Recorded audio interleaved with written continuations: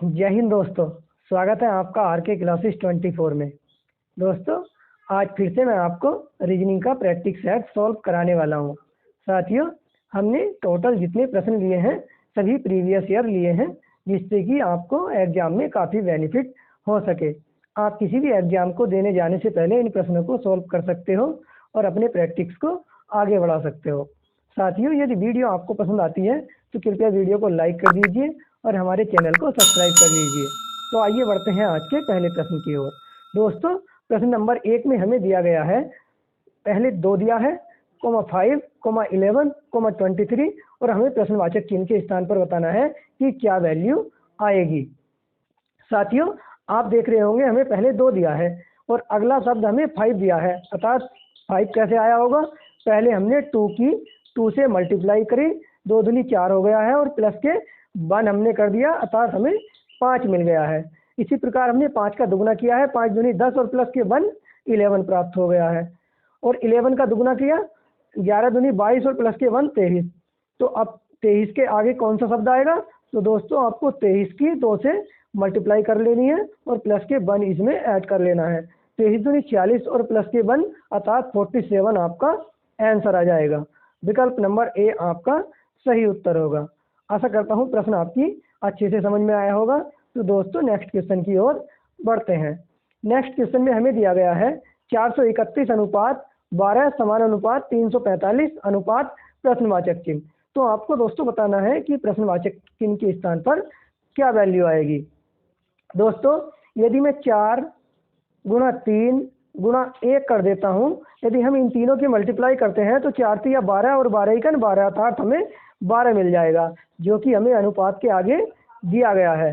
तो हमें इसी प्रकार का अनुपात आगे बना देना है। हमें क्या करना होगा, 3 गुणा के 4 गुणा के 5 अर्थात हमें इन तीनों की मल्टीप्लाई कर देनी है। 4 3 12 12 पंजे 60 अर्थात हमें आंसर के रूप में 60 दोस्तों प्राप्त हो जाएगा। विकल्प नंबर बी हमारा सही आंसर होगा। आशा करता हूँ प्रश्न आपकी अच्छे से समझ में आया होगा। तो दोस्तों, नेक्स्ट क्वेश्चन की ओर बढ़ते हैं। नेक्स्ट क्वेश्चन में हमें दिया गया है 40 अनुपात 100 समान अनुपात 56 और प्रश्नवाचक चिन्ह के स्थान पर हमें बताना है कि क्या वैल्यू आएगी।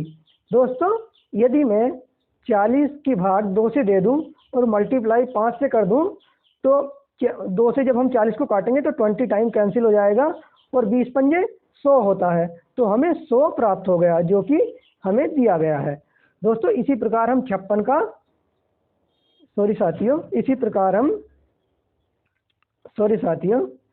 दोस्तों, यदि मैं 56 को 2 से डिवाइड कर दूं और मल्टीप्लाई 5 से कर दूं तो देखते हैं हमें क्या प्राप्त होगा। दोस्तों, जब 2 से 56 को काटेंगे तो 28 टाइम कट जाएगा और 28 पंजे 140 होता है, अर्थात विकल्प नंबर ए हमारा सही उत्तर होगा। तो आशा करता हूँ प्रश्न आपकी अच्छे से समझ में आया होगा। दोस्तों, नेक्स्ट क्वेश्चन की ओर बढ़ते हैं। नेक्स्ट क्वेश्चन में हमें दिया गया है 512, विकल्प नंबर बी में दिया है 625, विकल्प नंबर सी में हमें दिया गया है 1296 और विकल्प नंबर डी में हमें दिया गया है 2401। दोस्तों, हमें इनमें से कोई एक विकल्प भिन्न है, मतलब कि 3 विकल्प एक समान है और एक विकल्प अलग दिया गया है, उसे हमें पहचान कर बताना है। साथियों, आप देख रहे होंगे कि यह प्रश्न बार बार रिपीट होने वाला प्रश्न है और कई प्रश्नों में हमने इन्हें एज इट इज देखा भी है। तो साथियों, आइए देखते हैं इसे किस प्रकार सॉल्व करेंगे। हमें 512 दिया है तो हमें देखना है कि 512 किस प्रकार बना होगा। साथियों, यदि मैं 5 गुणा 5 गुणा 5 और गुणा 5 करता हूँ और इन सब की मल्टीप्लाई करता हूँ, 5 पंजे 25, 25 पंजे 125, 125 पंजे 625 अर्थात विकल्प नंबर बी हमें प्राप्त हो गया। देखते हैं विकल्प नंबर सी किस प्रकार मिलकर बना है। दोस्तों, यदि मैं 6 गुणा 6 गुणा 6 गुणा के 6 करता हूँ तो 6 छंग 36, 36 छक्का 216 और 2 से 16 छक्का होता है 1296 अर्थात विकल्प नंबर सी हमें प्राप्त हो गया। एक बार 5 की पावर 4 हो रही थी, इस बार 6 की। तो साथियों, देखते हैं विकल्प नंबर डी में इसी प्रकार का कोई रोल फॉलो हो रहा है अथवा नहीं। यदि मैं 7 से मल्टीप्लाई करता हूँ, फिर से 7 से करता हूँ और फिर से 7 से, मतलब कि 7 की पावर 4 करके देखते हैं हमें क्या प्राप्त होगा। साथियों, 7 सत्ते 49 होता है, 49 सत्ते 343 होता है और 343 सत्ते 2401 होता है। अर्थात इसमें भी 7 की पावर 4 का रूल फॉलो हो रहा है। लेकिन जब हम 512 को देखते हैं दोस्तों, तो यह 8 गुणा 8 गुणा 8 मतलब कि 8 का क्यूब है, जबकि अन्य 3 विकल्प हमारे किसी की भी पावर 4 है। अर्थात विकल्प नंबर ए आपका अलग होगा। आशा करता हूँ प्रश्न आपकी अच्छे से समझ में आया होगा। तो दोस्तों नेक्स्ट क्वेश्चन की ओर बढ़ते हैं। नेक्स्ट क्वेश्चन में हमें दिया गया है, विकल्प नंबर ए में दिया है 234, विकल्प नंबर बी में दिया है 345, विकल्प नंबर सी में हमें दिया है 243 और विकल्प नंबर डी में दिया गया है 432। दोस्तों इसमें भी हमें एक वैल्यू इन चारों विकल्पों में से अलग दी है, तो अलग वैल्यू हमें पहचान के प्रश्न में बतानी है। दोस्तों आप देख रहे होंगे रिपीटेड क्वेश्चन है, 2017 में प्रश्न आया हुआ है। आइए देखते हैं इस प्रश्न को किस प्रकार सॉल्व करेंगे। साथियों यदि मैं इन सब संख्या का ऐड करता हूं, जैसे कि 2 प्लस के 3 प्लस के 4 यदि मैं ऐड करता हूं तो 3 और 2 5 4 9, मुझे 9 प्राप्त हो जाएगा। दोस्तों इस विकल्प को यदि ऐड करते हैं तो 3 और 4 7 और 7 और 5 12, अर्थात इसका ऐड सम 12 होगा। इसका सम हमने अभी किया था तो हमें 9 मिला था। साथियों यदि मैं विकल्प नंबर सी का सम करता हूं तो 4 और 2 6 और 3 9, अर्थात इसका सम भी हमें 9 मिल चुका है। और विकल्प नंबर डी का यदि हम सम करते हैं, ऐड करते हैं चारों इसके शब्दों को, तो 4 3 7 और 2 9, अर्थात इसका योग भी हमें 9 मिल चुका है। तो दोस्तों आप देख रहे होंगे केवल एक ही विकल्प ऐसा है जिसका योग 12 आया है, अर्थात विकल्प नंबर बी इन सब में अलग होगा, यही हमारा आंसर होगा। तो आशा करता हूँ प्रश्न आपकी अच्छे से समझ में आया होगा। साथियों नेक्स्ट क्वेश्चन की ओर बढ़ते हैं। नेक्स्ट क्वेश्चन में हमें दिया गया है 13:20 समान अनुपात 17 अनुपात प्रश्नवाचक चिन्ह। हमें बताना है कि प्रश्नवाचक चिन्ह के स्थान पर क्या आएगा। तो दोस्तों यदि मैं 13 की मल्टीप्लाई 2 से करता हूं तो 13 दूनी 26 मुझे प्राप्त होता है, और 26 में से दोस्तों यदि मैं 6 घटा देता हूं तो मुझे 20 प्राप्त हो जाएगा। इसी प्रकार आप 17 की मल्टीप्लाई 2 से कर लीजिए तो 17 दूनी 34 आपको प्राप्त हो जाएगा। तो 34 में से यदि 6 घटा देते हैं तो साथियों हमें आंसर के रूप में 28 मिल जाएगा। विकल्प नंबर डी आपका सही उत्तर होगा। आशा करता हूँ प्रश्न आपकी अच्छे से समझ में आया होगा। तो दोस्तों अपने नेक्स्ट क्वेश्चन की ओर बढ़ते हैं। नेक्स्ट क्वेश्चन में हमें दिया गया है, एक आपके सामने सारणी बनी हुई है और दोस्तों इसमें एक रिक्त स्थान है, मतलब कि प्रश्नवाचक चिन्ह है। हमें बताना है प्रश्नवाचक चिन्ह के स्थान पर क्या वैल्यू आएगी। दोस्तों इस प्रकार का क्वेश्चन हम कई प्रकार से सॉल्व करते हैं। पहले हम इन सब का सम करके देखते हैं इस साइड में, फिर हम इस साइड में सम करके देखते हैं, और कई बार दोस्तों हम इसकी मल्टीप्लाई करके देखते हैं। किसी न किसी प्रकार से हमारा आंसर आ ही जाता है। तो दोस्तों देखते हैं इस प्रश्न को हम किस प्रकार सॉल्व करेंगे। साथियों यदि मैं 7 2 4 और 5 को जोड़ता हूं तो 7 2 9 9 4 13 13 5 18, अर्थात इस वाली लाइन का हमें सम 18 मिल चुका है। साथियों यदि मैं इस लाइन का सम करता हूं तो हमें क्या मिलेगा, 8 और 3 11 11 और 1 12 12 6 18, अर्थात इस लाइन का सम भी हमें 18 मिल चुका है। दोस्तों यदि इसका अब हमें इसका सम करना है और हमें देखना है कि कितना ऐड होगा। तो दोस्तों 2 और 3 को यदि हम जोड़ते हैं 5 मिलेगा, और 5 और 7 कितना होगा, तो 5 और 7 दोस्तों हमें 12 प्राप्त हो जाएगा। और हमें सब लाइनों का सम हमारा 18 है, अर्थात 18 में से यदि मैं 12 घटाऊंगा तो मुझे 6 प्राप्त हो जाएगा। तो विकल्प नंबर डी हमारा सही उत्तर होगा। प्रश्नवाचक चिन्ह के स्थान पर यहाँ 6 आएगा। आशा करता हूँ प्रश्न आपकी अच्छे से समझ में आया होगा। तो साथियों नेक्स्ट क्वेश्चन की ओर बढ़ते हैं। नेक्स्ट क्वेश्चन में हमें दिया गया है, हरि को याद है कि उसके पिताजी का जन्मदिन 13 और 16 जून के बीच पड़ता है, जबकि उसकी बहन को याद है कि उसके पिताजी का जन्मदिन 14 और 18 जून के बीच पड़ता है। उसके पिताजी का जन्मदिन किस दिन होगा जिस पर दोनों सहमत हो। तो साथियों हरि को याद है कि उसके पिताजी का जन्मदिन 13 और 16 जून के मध्य पड़ता है, जबकि उसकी बहन को याद है, उसकी सिस्टर है, उसको याद है कि उसके पिताजी का जन्मदिन 14 और 18 जून के मध्य पड़ता है। तो साथियों क्योंकि 14 जून के बाद इसने कहा है तो 13 जून तो कैंसिल हो जाएगा, और इसने 16 जून को के बाद मना किया है, तो 18 जून भी कैंसिल हो जाएगा। तो हमें एक ऐसी वैल्यू देखनी है जो 14 और 16 दोनों के मध्य हो। तो ऐसी वैल्यू 15 हमें मिलेगी, अर्थात 15 जून हमारा सही उत्तर होगा, क्योंकि 15 जून दोनों के मध्य में है तो दोनों की सहमति हो जाएगी। आशा करता हूँ प्रश्न आपकी अच्छे से समझ में आया होगा। तो साथियों नेक्स्ट क्वेश्चन की ओर बढ़ते हैं। नेक्स्ट क्वेश्चन में हमें दिया गया है दोस्तों, एक विशिष्ट कोड भाषा में RANGE को FIQEW लिखा जाता है तथा ARAGE को FIDVF लिखा जाता है। तो इसी कोड भाषा में PRANK को किस प्रकार लिखा जाएगा? दोस्तों आपको 4 विकल्प दिए गए हैं, सही विकल्प हमें क्लिक करना है। साथियों जैसे कि यह और यह दोनों शब्द किसी कोड से मिलकर बने हैं, उसी प्रकार हमें इस कोड को बनाना है कि इससे मिलकर कौन सा नया शब्द बन जाएगा। यदि यहाँ ई दिया गया है दोस्तों, ई में मैं +1 कर देता हूँ, ई का कोड 5 होता है और 5 में +1 कर दूंगा तो 6 प्राप्त होगा और 6 का कोड F होता है, अर्थात कि दोस्तों यहाँ F है। अगला शब्द देखते हैं, यहाँ G है, G का कोड दोस्तों 7 होता है। यदि 7 में मैं 2 प्लस कर देता हूँ तो मुझे 9 प्राप्त होगा। देखते हैं 9 किसका कोड है, तो 9 I का कोड होता है और अगला ही शब्द आपको I9 दिया गया है, अर्थात कि पहले +1 नहीं हुआ है, उसके बाद +2। दोस्तों सभी हम विकल्पों पे यदि ध्यान देते हैं तो प्रत्येक विकल्प हमारा अलग अलग शब्द से मिलकर बना है, अर्थात हम पहले ही शब्द से अपना आंसर पहचान सकते हैं। ई के बाद +1 हुआ था, नीचे एक और क्लू दिया गया है, इसमें भी चेक करते हैं क्या हमारा रोल फॉलो हो रहा है। यदि मैं ई में फिर से +1 करता हूं तो F मिलेगा, अर्थात यहाँ F है।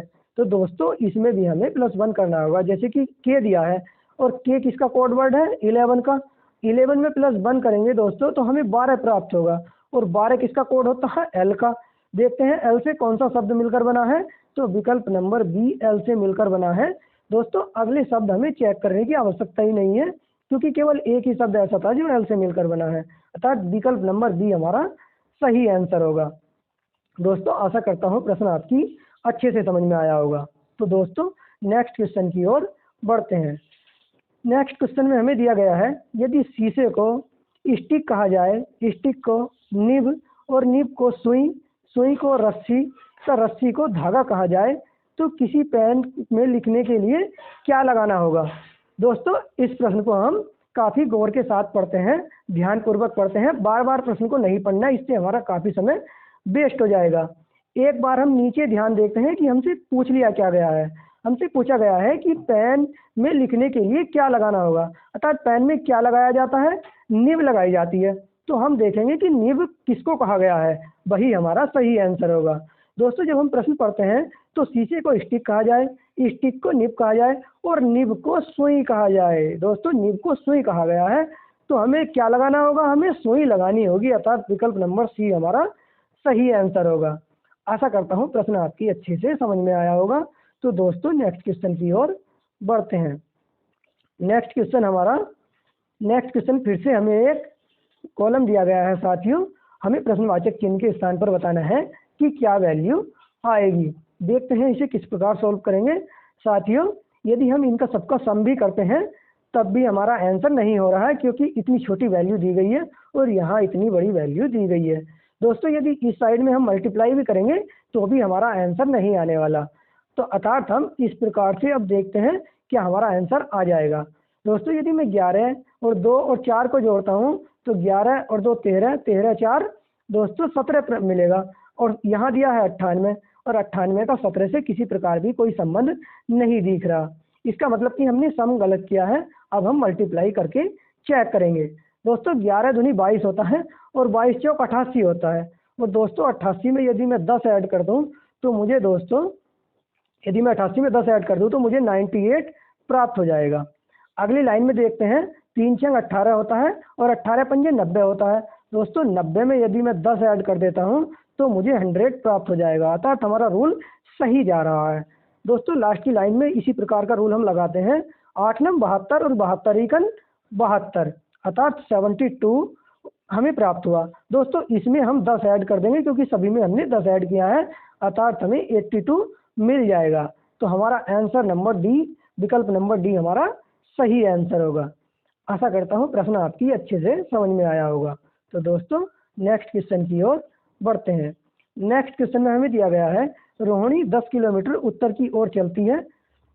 जब भी दोस्तों आपको इस प्रकार का प्रश्न दिया जाता है तो आपको इस प्रकार से पहले साइड ड्रॉ कर लेनी है। तो सबसे ऊपर की साइड में उत्तर होता है, नीचे दक्षिण होता है, इधर पूरब होता है और इधर पश्चिम होता है। दोस्तों इसमें दायां बायां भी लिख लेते हैं। इस प्रकार से जब भी आपका बोर्ड की साइड में मुख होगा तो आपके सीधे हाथ की ओर दायां होता है और लेफ्ट हैंड की ओर बायां होता है। इसी ड्रॉ करने के बाद हम अपना चित्र बनाना प्रारंभ करते हैं। हमें दिया गया है रोहिणी 10 किलोमीटर उत्तर की ओर बढ़ती है, अर्थात ऊपर की साइड में रोहिणी चली होगी। तो पहले हमने 10 किलोमीटर ऊपर की साइड में इसे चला दिया है। दोस्तों प्रश्न में आगे दिया गया है कि वह दाएं मुड़ जाती है, अर्थात कि वह अपने सीधे हाथ की ओर मुड़ी होगी। तो उसने इधरली साइड में टर्न लिया होगा और मुड़ने के बाद वह 10 किलोमीटर चलती है। तो हमने 10 किलोमीटर इसे चला दिया है। दोस्तों प्रश्न में आगे कहा गया है फिर वह बाएं मुड़ती है। दोस्तों इस बार उसने बाएं मुड़ा है, यदि दाएं मुड़ती तो नीचे की साइड में बढ़ती, ताकि इस बार वो लेफ्ट हैंड की ओर मुड़ी होगी। तो दोस्तों उसने ऊपर की ओर चलना प्रारंभ किया है और 10 किलोमीटर वो फिर से चली है। प्रश्न में आगे दिया गया है कि वह फिर दाएं मुड़ जाती है और 10 किलोमीटर चलती है। दोस्तों फिर से वो सीधे हैंड की ओर मुड़ी है और इधर वो 10 किलोमीटर चली है और वह अंतिम स्थान पर पहुंच गई है। प्रश्न में कहा गया है वह अपने आरंभ बिंदु से कितनी दूरी पर है, अर्थात उसे यहाँ से यहाँ तक की दूरी बतानी है। दोस्तों प्रश्न जब आप चित्र बनाओगे तो सही से बनेगा, क्योंकि यहाँ चित्र सही से नहीं बन पाया है। तो जबकि यह कोण दोनों 90 अंश के हमें प्राप्त होने वाले हैं। दोस्तों आपने कई बार पाइथागोरस प्रमेय पढ़ी होगी, तो यह प्रश्न पाइथागोरस प्रमेय से सॉल्व होने वाला है। पाइथागोरस प्रमेय क्या होती है, क्योंकि यह कर्ण के सामने का दोस्तों कोण के सामने 90 अंश के कोण के सामने की भुजा को हम कर्ण कहते हैं। और पाइथागोरस प्रमेय क्या होती है कि कर्ण का वर्ग अन्य दो भुजाओं के वर्गों के योग के बराबर होता है। अर्थात 10 और 10 को मैं जब जोड़ूंगा तो अंडर रूट मुझे 10 रूट 2 प्राप्त हो जाएगा। इसी प्रकार यहाँ भी मुझे 10 रूट 2 प्राप्त हो जाएगा, 10 रूट 2 प्राप्त हो जाएगा। साथियों हमें इन दोनों की जो दूरी ऐड कर देनी है, तो 10 रूट 2 प्लस के 10 रूट 2 बराबर 20 रूट 2 हमारा आंसर हो जाएगा। तो 20 रूट 2 विकल्प नंबर सी हमारा सही उत्तर होगा। आशा करता हूँ प्रश्न आपकी समझ में आया होगा। तो दोस्तों नेक्स्ट क्वेश्चन की ओर बढ़ते हैं। नेक्स्ट क्वेश्चन में हमें दिया गया है बी सी की चाची है और ए बी का पति है, बी डी की बहन है, तदनुसार ए का डी से क्या संबंध है। दोस्तों प्रश्न में पहले दिया गया है बी सी की चाची है, जबकि यह केवल कंफ्यूज करने के लिए दिया गया है। इसका तो कहीं यूज ही नहीं है, क्योंकि प्रश्न में ए और डी का संबंध हमसे पूछा गया है। तो हम प्रश्न को अपने यहाँ से प्रारंभ करते हैं। ए बी का पति है, तो हमने ए बी का पति लिख लिया है। दोस्तों बी का पति है, अर्थात बी निगेटिव होगा, महिला को प्रेजेंट करेगा, और ए पॉजिटिव होगा, पुरुष को प्रेजेंट करेगा। साथियों प्रश्न में आगे दिया गया है बी डी की बहन है, अर्थात इसकी कोई और सिस्टर है डी, उसे हम निगेटिव लिखेंगे क्योंकि महिला है। और हमें संबंध बताना है ए का डी से क्या संबंध है, तो इसका इससे हमें संबंध बताना है। दोस्तों बी की बहन है ये, अर्थात यह इसके जीजाश्री हुए। तो विकल्प नंबर डी हमारा सही होगा। आशा करता हूँ प्रश्न आपकी समझ में आया होगा। तो दोस्तों अपनी नेक्स्ट क्वेश्चन की ओर बढ़ते हैं। नेक्स्ट क्वेश्चन में हमें नेक्स्ट क्वेश्चन में हमें दो व्यू दिए गए हैं ये, और हमें इसका यहाँ कोड वर्ड दिया गया है। हमें देख के बताना है कि कौन सा विकल्प हमारा सही होगा। साथियों जैसे ही हम विकल्प नंबर ए की ओर बढ़ते हैं, पहले 4 और 2 दिया है। रो और कॉलम में के एक शब्द रो का होता है इसमें, और एक शब्द कॉलम का होता है। देखते हैं दोनों के मिलाने पर क्या हमारा पहला शब्द प्राप्त होता है। जैसे कि 4 दिया है, यहाँ 4 ये रहा दोस्तों, फिर 2 दिया है और 2 हमारा ये रहा। हम देखते हैं कि 4 और 2 की सीध में क्या मिलेगा, बी है दोस्तों, यहाँ बाई दिया है, अर्थात विकल्प ए हमारा गलत होगा। अब हम बी विकल्प चेक करते हैं। इसमें 4 और 0 दिया है दोस्तों, 4 ये रहा, 4 और 0 के स्थान पर एम दिया है, एम आ रहा है। तो दोस्तों इसमें बाई है, अर्थात यह विकल्प भी हमारा कैंसिल होगा। दोस्तों आप इसी प्रकार से विकल्प सभी चेक करोगे। विकल्प नंबर सी इसमें सही होगा, क्योंकि इसमें 6 दिया है और 6 ये रहा दोस्तों, 5 दिया है, 5 ये रहा। यदि मैं इन दोनों को आगे मिला देता हूँ तो मुझे बाई प्राप्त हो जाएगा, और बाई यहाँ दिया है। दोस्तों केवल एक से ही मिलाने से हमें आंसर नहीं करना, एक विकल्प और चेक कर लेते हैं। जैसे कि 1 और 3 दिया है, इसमें 1 ये रहा और 3 दिया है तो 3 ये रहा। इसे देखते हैं तो यहाँ डी दिया है, अर्थात ये विकल्प भी हमारा गलत होगा। अब आप यदि सभी को चेक करना चाहते हो कर लीजिए, नहीं तो अपना आंसर क्लिक करके हम आसानी से आगे की ओर बढ़ सकते हैं। वैसे हम चेक कर लेते हैं। जैसे 5 दिया है, 5 ये रहा दोस्तों, 9 दिया है, 9 ये रहा।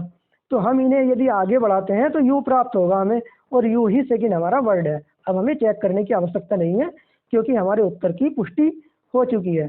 तो आशा करता हूँ प्रश्न आपकी अच्छे से समझ में आया होगा। तो दोस्तों अपने नेक्स्ट क्वेश्चन की ओर बढ़ते हैं। नेक्स्ट क्वेश्चन में हमें दिया गया है, क्या भारतीय फिल्मों से गाने को हटाया जाना चाहिए?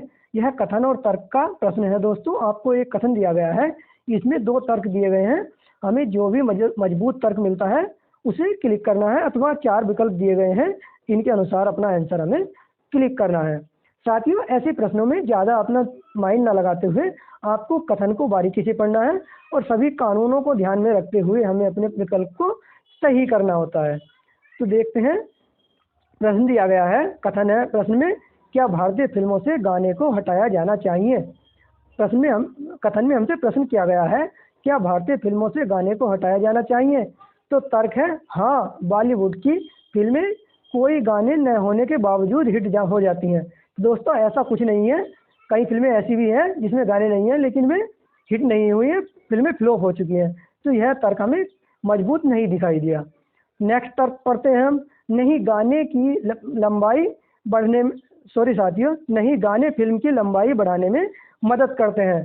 तो ऐसा भी कुछ नहीं होता, अर्थात दोनों तर्कीय हैं, तर्कहीन है। विकल्प नंबर डी सही होगा। यदि ना तो तर्क फर्स्ट और ना ही तर्क सेकंड मजबूत है तो विकल्प नंबर डी हमारा सही होगा। आशा करता हूँ प्रश्न आपकी समझ में आया होगा। तो दोस्तों नेक्स्ट क्वेश्चन की ओर बढ़ते हैं। नेक्स्ट क्वेश्चन में हमें दिया गया है, दोस्तों फिर से कथन और तर्क का प्रश्न है। कथन दिया गया है, राजमार्गों के पास शराब की बिक्री पर क्या प्रतिबंध लगाया जाना चाहिए? तो तर्क दिया है, नहीं, लोगों को निर्णय लेने की स्वतंत्रता होनी चाहिए क्योंकि यह उनका मौलिक अधिकार है। तर्क सेकंड हमें दिया है, हाँ, 90% सड़क दुर्घटनाओं में ड्राइवर जो कि शराब के प्रभाव में आते हैं शामिल होते हैं। साथियों इसका आंसर आयोग ने पहले जब शुरुआत आंसर की आई थी 2017 में, तो आयोग ने इसका आंसर विकल्प नंबर सेकंड दिया था, लेकिन दोस्तों आयोग ने फिर से रिवाइज आंसर की दी थी जिसमें इस तर्क को हटा दिया।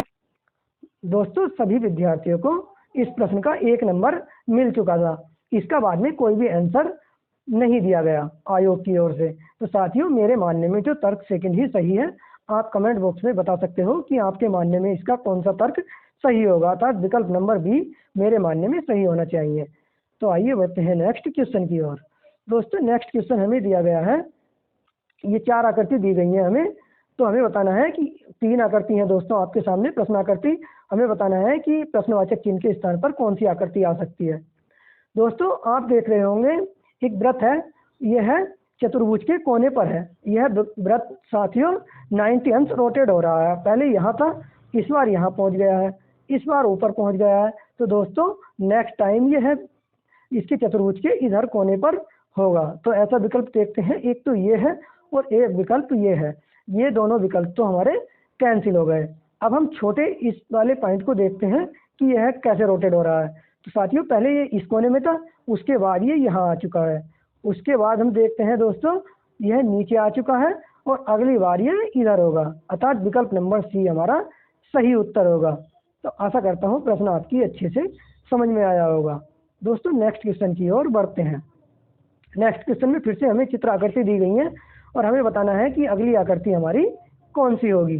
तो साथियों पहले आकृति यहाँ थी, फिर 90 अंश नीचे हो गई, फिर ऊपर साइड में चली गई, तो अब की आकृति इस साइड में होने वाली है। तो ऐसी आकृति कौन सी है? एक तो ये है और एक ये है। ये दोनों विकल्प हमारे कैंसिल हो जाएंगे। अब इन दोनों में चयन करना है कौन सी सही होगी। तो साथियों आप देख रहे होंगे जिधरली साइड में आकृति है उसी साइड में ये निशान है। जैसे कि आकृति इधर है तो निशान इस टाइप से है, ये छाया आकृति जो है। अगर खड़ी आकृति है तो निशान इस टाइप से है। तो अगर हमारी पट आकृति है इस बार तो हमारे निशान इस टाइप से होने चाहिए, जबकि इसमें इस टाइप से दिए गए हैं, अर्थात ये विकल्प भी कैंसिल हो जाएगा। विकल्प नंबर बी हमारा सही आंसर होगा। तो आशा करता हूँ प्रश्न आपकी अच्छे से समझ में आया होगा। साथियों अपने नेक्स्ट क्वेश्चन की ओर बढ़ते हैं।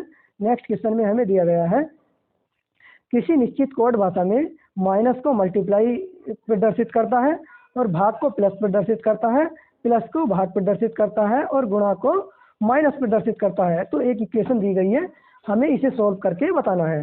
दोस्तों पहले 15 लिख लेते हैं और माइनस है और प्रश्न में बताया गया है कि माइनस को मल्टीप्लाई प्रदर्शित करता है, अर्थात हमने मल्टीप्लाई का चिन्ह लगा लिया और 6 लिख लिया है।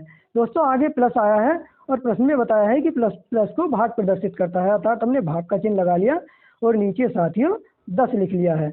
आगे साथियों मल्टीप्लाई का चिन्ह है और मल्टीप्लाई माइनस को प्रदर्शित करता है, तो हमने माइनस का चिन्ह लगा लिया है और 3 लिख लिया है। दोस्तों लास्ट में यहाँ भाग दिया गया है और भाग दोस्तों प्लस को प्रदर्शित करता है, तो हमने प्लस लगा लिया है और लास्ट में 2 है तो 2 लिख लिया। इसे कैलकुलेट कर लेते हैं, देखते हैं क्या हमारा आंसर होगा। दोस्तों यदि मैं इसे कैंसिल करता हूँ, पहले 5 से कर लीजिए, 5 तिया 15 प्राप्त होगा और 5 दूनी 10 और 2 से जब 6 को काटेंगे तो साथियों 2 तिया 6 होता है, 3 प्राप्त हो जाएगा। दोस्तों 3 तिया 9 होता है, तो हमें 9 प्राप्त हो गया है। यहाँ माइनस का चिन्ह है तो माइनस का चिन्ह लग गया है और 3 में से यदि 2 घटेगा तो माइनस का 1 बचेगा। दोस्तों 9 में से माइनस का 1 जाता है तो 8 हमें आंसर के रूप में मिल जाएगा। विकल्प नंबर डी हमारा सही उत्तर होगा। आशा करता हूँ प्रश्न आपकी समझ में आया होगा। तो दोस्तों नेक्स्ट क्वेश्चन की ओर बढ़ते हैं। नेक्स्ट क्वेश्चन में हमें एक आकृति दी गई है, हमें 4 आकृतियों में से बताना है कि कौन सी आकृति में यह निहित है। साथियों हम देखते हैं पहले विकल्प ए को। तो विकल्प ए में आकृति दी तो है लेकिन यह थोड़ी आगे दी गई है, अर्थात यह विकल्प भी कैंसिल होगा और किसी विकल्प में ऐसी कोई आकृति नहीं है, केवल यह विकल्प ऐसा है दोस्तों जिसमें यह आकृति हमें मिल जाती है, अर्थात विकल्प नंबर बी हमारा सही आंसर होगा। तो दोस्तों अपने नेक्स्ट क्वेश्चन की ओर बढ़ते हैं। नेक्स्ट क्वेश्चन में हमें छाया आकृति दी गई है। दोस्तों एक मिरर दिया गया है हमें और हमें बताना है कि इसका प्रतिबिंब हमें इन चारों आकृतियों में से कैसा प्राप्त होगा। दोस्तों इस प्रकार से आकृति रोटेट नहीं होती, अर्थात ये 2 विकल्प तो हम डायरेक्ट काट देते हैं। हमें कंफ्यूजन केवल ए विकल्प और बी विकल्प में होगा। साथ ही जब भी मिरर आकृति होती है तो ये चिन्ह इसके चेंज हो जाते हैं, मतलब कि जो पास होता है वो दूर हो जाता है और जो दूर होता है वो पास हो जाता है। तो मिरर के पास हमें वृत्त दिया गया था छोटा सा ये, तो ये दूर हो जाएगा। तो ऐसी आकृति कौन सी है? विकल्प नंबर डी में दूर दिया गया है, अर्थात विकल्प नंबर डी हमारा सही होगा और विकल्प नंबर ए भी हमारा गलत होगा। तो आशा करता हूँ प्रश्न आपकी अच्छे से समझ में आया होगा। साथियों अपने नेक्स्ट प्रश्न की ओर बढ़ते हैं, क्वेश्चन नंबर 23 की ओर।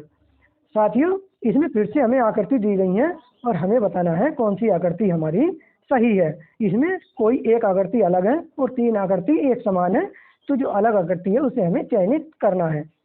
साथियों यदि हम देखते हैं चारों आकृतियों को बारीकी से तो हम देख रहे होंगे कि यहाँ 3 कॉमन गैप है। इसमें देखते हैं कि 2 का कॉमन गैप ये है और 2 का कॉमन गैप ये है। साथियों इसमें भी 3 का कॉमन गैप है और इसमें भी 3 का कॉमन गैप है, अर्थात केवल एक ही आकृति हमें ऐसी मिली है जिसमें 3 का कॉमन गैप नहीं मिला, अर्थात विकल्प नंबर बी ही हमारा सही होगा, क्योंकि यह आकृति हमें अन्य 3 आकृतियों से अलग मिली है।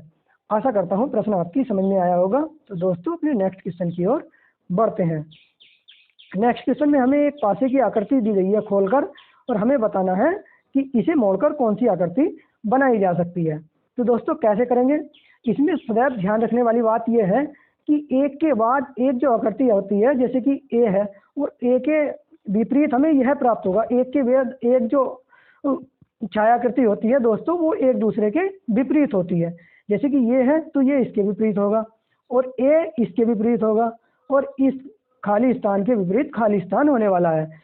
तो यहाँ दोनों खाली स्थान एक साथ दे दिए हैं जबकि ये विपरीत होने चाहिए थे, तो विकल्प हम कैंसिल कर देंगे। इसमें दोस्तों इसके साथ ए दे दिया गया है जबकि ये एक दूसरे के विपरीत होने चाहिए थे, अर्थात यह विकल्प भी हमारा कैंसिल हो गया है। साथियों इसमें भी इसी प्रकार हमारा जो छायांकित आकृति है ये इसके जबकि विपरीत होना चाहिए था ये, जबकि इसके साथ दे दिया है, अर्थात यह भी कैंसिल होगा। तो विकल्प नंबर बी हमारा सही उत्तर होने वाला है। आशा करता हूँ प्रश्न आपकी समझ में आया होगा। तो दोस्तों नेक्स्ट क्वेश्चन की ओर बढ़ते हैं। नेक्स्ट क्वेश्चन में हमें त्रिभुजों की संख्या बतानी है कि कितने त्रिभुज है। दोस्तों जब भी आपको ऐसा प्रश्न मिले आप केवल नंबरिंग कर लीजिए, जैसे कि 1, यहाँ 1 लिख लेते हैं, 2, 3, 4, 5, 6, 7 और 8। दोस्तों 8 हमें नंबर प्राप्त हुए, तो आप 8 की 2 से मल्टीप्लाई कर लीजिए अर्थात दुगना कर लीजिए, तो 8 दूनी 16 होगा। तो 16 त्रिभुज तो हमें इसमें प्राप्त हो गए हैं। दोस्तों आगे एक त्रिभुज ये है और एक त्रिभुज ये है, अर्थात कि 16 और 2 18 त्रिभुज अभी तक हमें मिल चुके हैं। साथियों एक त्रिभुज ये बड़ा वाला है और इसमें एक त्रिभुज ये बड़ा वाला है, अर्थात 2 त्रिभुज ये इसमें छुपे हुए थे। तो टोटल त्रिभुज हमें प्लस के 2 ये रहे, तो टोटल 16, 2 18 और 2 20, अर्थात 20 हमारा सही आंसर होने वाला है। विकल्प नंबर बी हमारा सही आंसर होगा। आशा करता हूँ प्रश्न आपकी समझ में आया होगा। तो दोस्तों नेक्स्ट क्वेश्चन की ओर बढ़ते हैं। नेक्स्ट क्वेश्चन में आपको एक आकृति दी गई है, इसे हमने इस तरह से मोड़ा है, फिर इस प्रकार से मोड़ा है और लास्ट में हमने इसमें एक कोई कैंची की सहायता से कट कर दिया है। तो हमें बताना है चारों आकृतियों में से हमें कैसी आकृति प्राप्त होने वाली है। तो दोस्तों जब ये हमने 3 साइड से मोड़ा था, तो इस प्रकार की नीचे की साइड में भी 3 आकृति प्राप्त होंगी और जब हम इसे खोलेंगे दूसरी ओर को पलटेंगे तो 3 उधर से प्राप्त होंगी, अर्थात विकल्प नंबर डी हमारा सही आंसर होने वाला है। तो दोस्तों आशा करता हूँ क्लास आपको काफ़ी अच्छी लगी होगी। आज हमने इतने ही प्रश्न लिए थे। यदि क्लास आपको पसंद आई है तो कृपया वीडियो को लाइक कर दीजिए और हमारे चैनल को सब्सक्राइब कर लीजिए। तो साथियों मिलते हैं फिर से नेक्स्ट क्लास में, तब तक के लिए जय हिंद, वंदे मातरम।